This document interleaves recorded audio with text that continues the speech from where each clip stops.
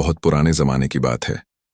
दक्षिण भारत के विशाल सूर्यगढ़ राज्य में एक राजा शासन करता था। उसका नाम था राजा वीरत नारायण। उसकी रानी का नाम था रानी देवयानी, जो स्वभाव से अत्यंत शांत, धीर और ईश्वर भक्त थी। लेकिन राजा एक बड़ी कमजोरी का शिकार था। उसे लड़कियों से बेहद घृणा थी। वह समझता था कि स्त्री घर को नहीं, आदमी को दुर्बल बनाती है। इसलिए वह अपनी पत्नी देवयानी से भी कठोर व्यवहार करता था। रानी देवयानी फिर भी सब्र से काम लेती थी। वह मानती थी कि एक दिन भगवान उसके पति के हृदय को बदल देंगे। समय बीता और रानी गर्भवती हुई। यह सुनकर राजा वीरत नारायण ने साफ कह दिया, अगर लड़की हुई तो उसे जंगल में फेंकवा दूंगा। यह सुनकर रानी का दिल फट गया। उसने रात रात भर भगवान सूर्यदेव से प्रार्थना की कि उसे पुत्र ही हो, लेकिन प्रकृति की इच्छा कुछ और थी। रानी ने एक अत्यंत सुंदर कन्या को जन्म दिया। राजा के कानों में जैसे ही यह खबर पड़ी, उसके भीतर का विष भड़क उठा।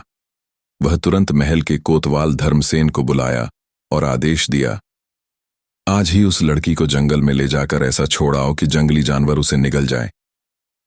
कोतवाल धर्मसेन का दिल कांप उठा। वह खुद भी एक पिता था।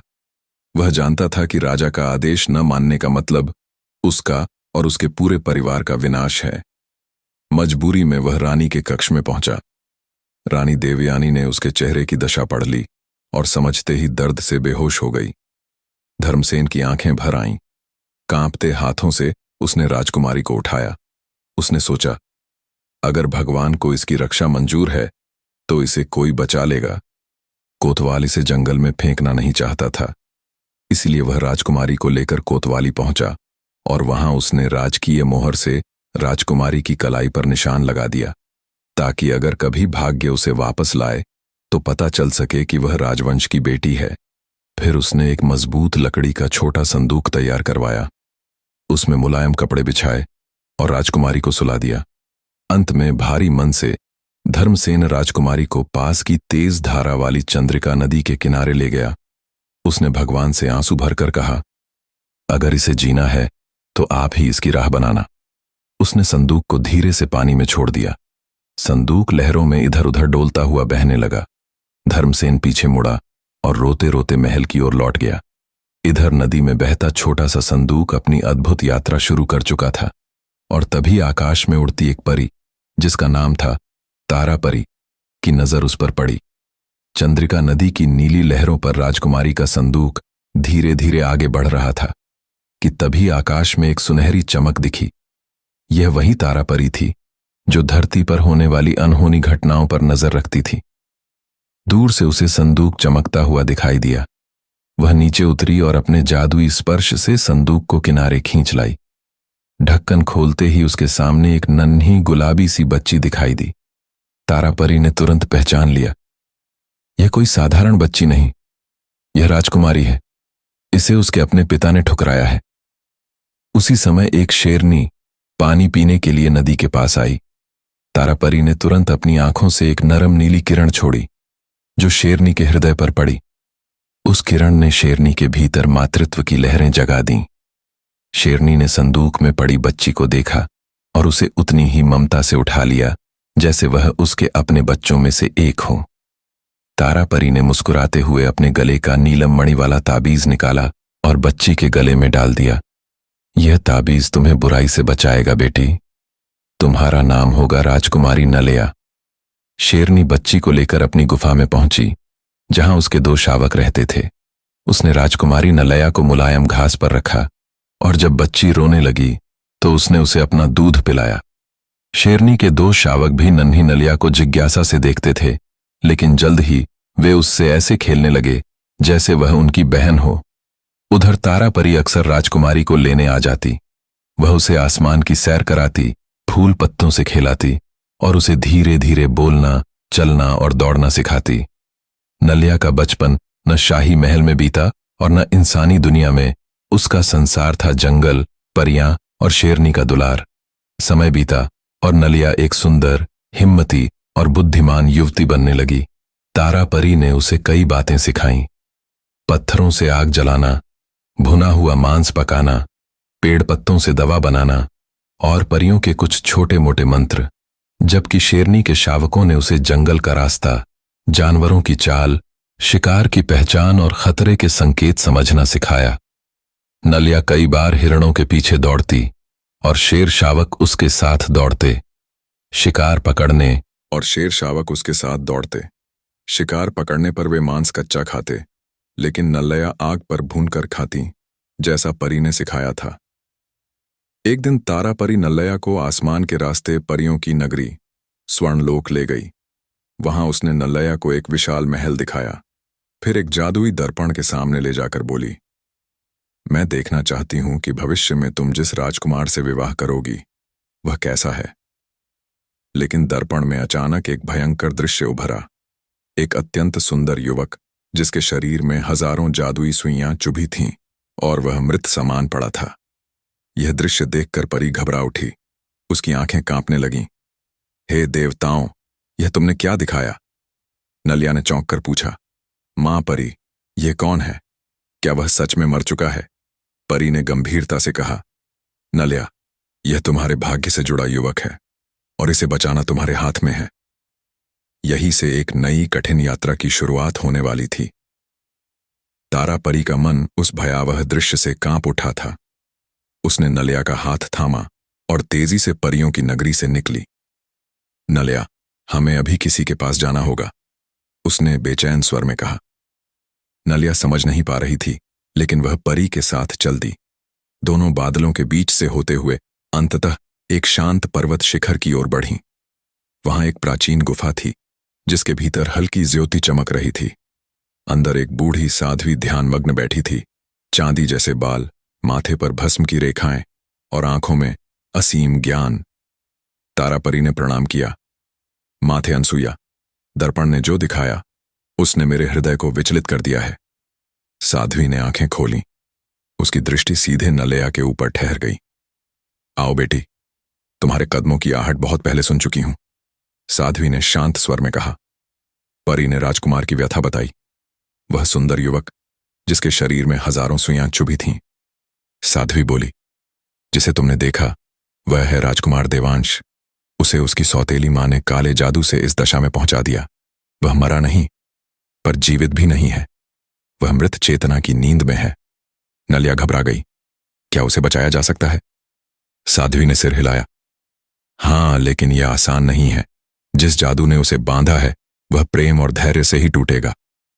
फिर उसने नलिया की तरफ देखा। बेटी, यह कार्य किसी और के बस का नहीं। उसका भाग्य तुम्हारे भाग्य से जुड़ चुका है।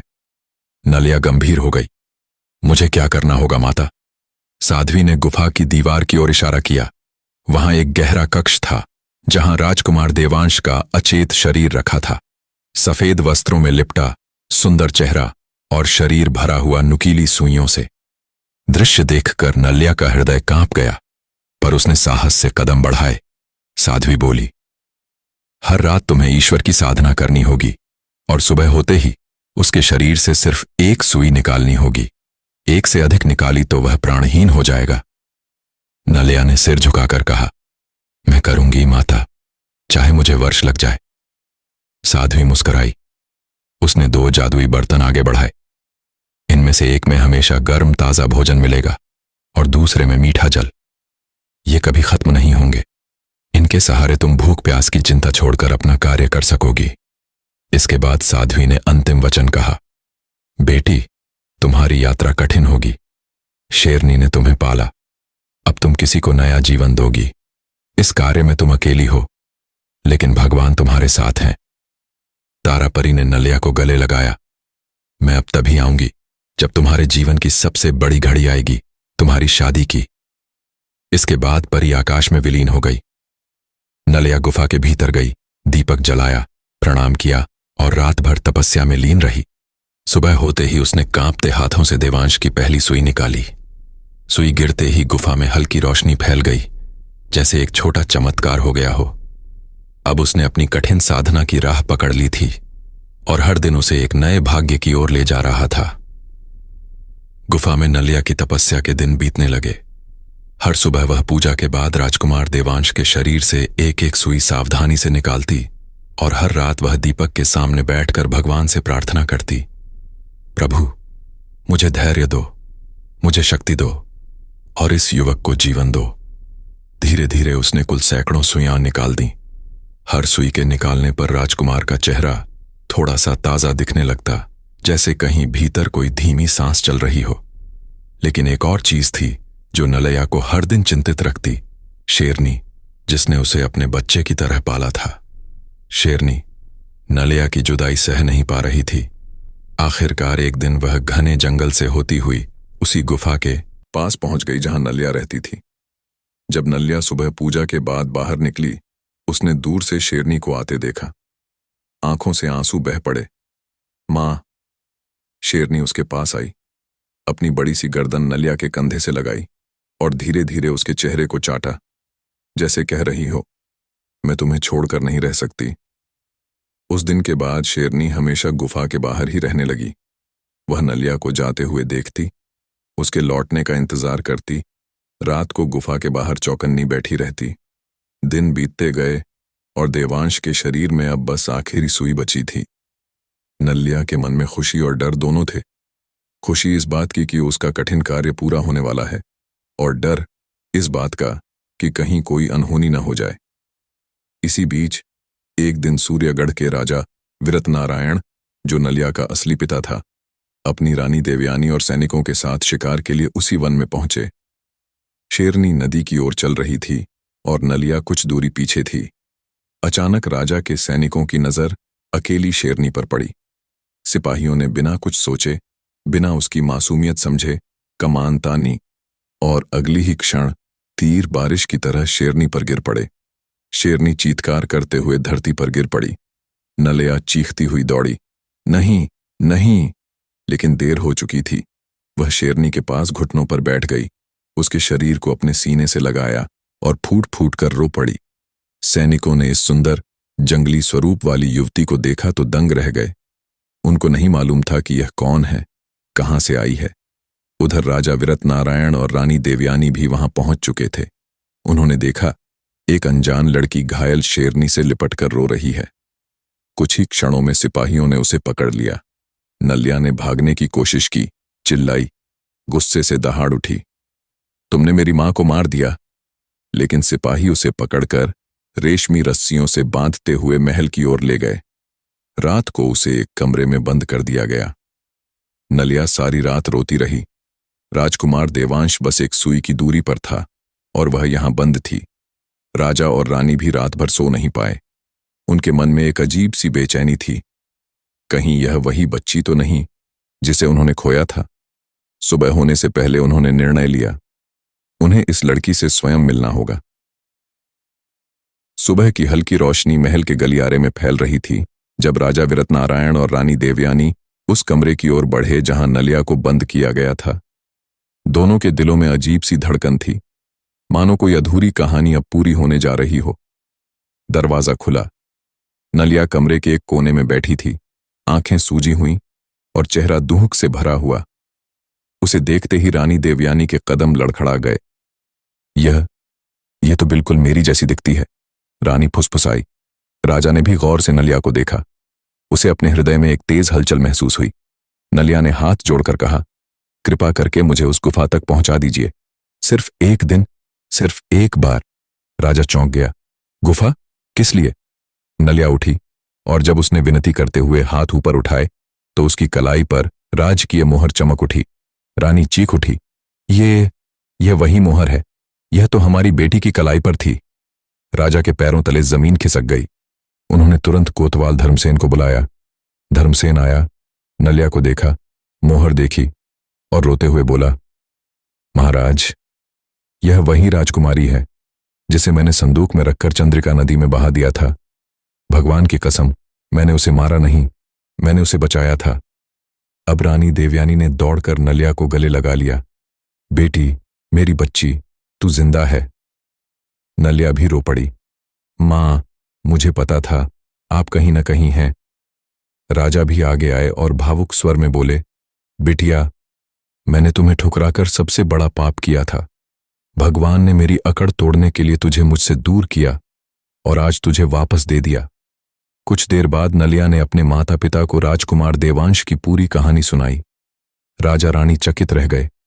एक युवक जिसके शरीर में हजारों सुइयां, और तूने उसे जीवन वापस देने का व्रत लिया है। नलिया ने दृढ़ आवाज में कहा, हां पिता, आज उसकी अंतिम सुई निकालनी है। अगर मैं न पहुंची तो शायद वह जीवन से सदा के लिए हार जाएगा। राजा तुरंत आदेश दिया, घोड़े तैयार करो, हम अभी चलते हैं। कुछ ही देर में वे सभी उसी गुफा की ओर निकले। शेरनी के मरने वाली जगह पर नलिया का दिल फिर दुख से भर गया, लेकिन वह रुकी नहीं। वह जानती थी कि आज देवांश को उससे जीवन मिलने वाला है। गुफा में पहुंचकर नलिया ने दीपक जलाया, प्रणाम किया और राजकुमार के पास बैठ गई। उसने आखिरी सुई को हाथ में लिया। दिल की धड़कन तेज हो गई। देव, इसे जीवित कर देना। सुई बाहर निकली। क्षण भर को सब कुछ शांत हो गया। अचानक राजकुमार के शरीर में एक हल्की कंपन हुई। फिर उसकी उंगलियां हिलीं, आंखें धीरे धीरे खुलीं। राजकुमार देवांश ने पहली सांस ली, जैसे मृत्यु की नींद से जाग रहा हो। उसने नलिया को देखा। पहली ही नजर में उसके चेहरे पर आश्चर्य और कृतज्ञता चमक उठी। तुम कौन हो? उसने धीमे स्वर में पूछा। नलिया ने मुस्कुराकर कहा, वह जिसने तुम्हें जीवन वापस दिया। राजा और रानी स्तब्ध खड़े थे। एक चमत्कार उनकी आंखों के सामने घट रहा था। देवांश ने हाथ जोड़कर कहा, मैं आपका ऋणी हूं, जीवन भर।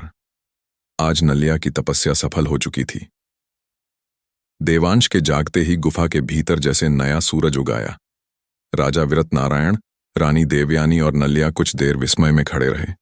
फिर राजा आगे बढ़े और बोले, राजकुमार देवांश, तुम्हें जिसने बचाया वह मेरी बेटी नलिया है, और आज हम दोनों ही उसके साहस और तपस्या के अरणी हैं। देवांश ने सिर झुकाकर कहा, मैं जन्म जन्मांतर तक इसका ऋणी रहूंगा। जिसके प्राण मेरे कारण घुलते रहे, मैं उसे कभी नहीं भूल सकता। कुछ समय गुफा में विश्राम करने के बाद राजा ने देवांश को एक तेज घोड़ा दिया। देवांश ने अपने माता पिता से मिलने के लिए अपने राज्य अर्चनपुर लौटने का निर्णय लिया। नलिया ने जाते जाते बस एक बात कही, अगर भगवान ने हमें मिलना लिखा है तो हम अवश्य मिलेंगे। देवांश हल्का सा मुस्कुराया और बोला, नलिया, जिसने जीवन दिया उसे मैं कभी नहीं भूल सकता। दोनों अलग हुए। नलिया अपने माता पिता के साथ सूर्यगढ़ लौट गई, लेकिन उसके दिल में एक खालीपन था, जैसे किसी अधूरे गीत की अंतिम धुन बजनी बाकी हो। जब देवांश अर्चनपुर पहुंचा तो चमत्कार जैसा दृश्य हुआ। महल में शोक फैला हुआ था, क्योंकि राजा ने दुख में अपनी आंखों की रोशनी खो दी थी। राजकुमार को लौटते देख सैनिकों ने दौड़कर राजा को यह खबर दी। राजा ने हाथ फैलाकर कहा, मेरे बच्चे, क्या तुम सच में लौट आए? देवांश ने पिता के हाथ थामे और कहा, मैं वापस आ गया हूं पिता। राजा रो पड़े, तुम्हारी सौतेली मां अब नहीं रही, उसने अपने पापों का फल पा लिया। देवांश ने अपने मन में कोई शिकायत नहीं रखी। उसने अतीत को वहीं खत्म कर दिया। राजा ने उसी समय राजगद्दी देवांश को सौंप दी। अब देवांश अर्चनपुर का नया राजा बन गया, लेकिन उसकी यादों में एक चेहरा बार बार लौटता था, नलिया, वह लड़की जिसने उसे मृत्यु से लौटाया था।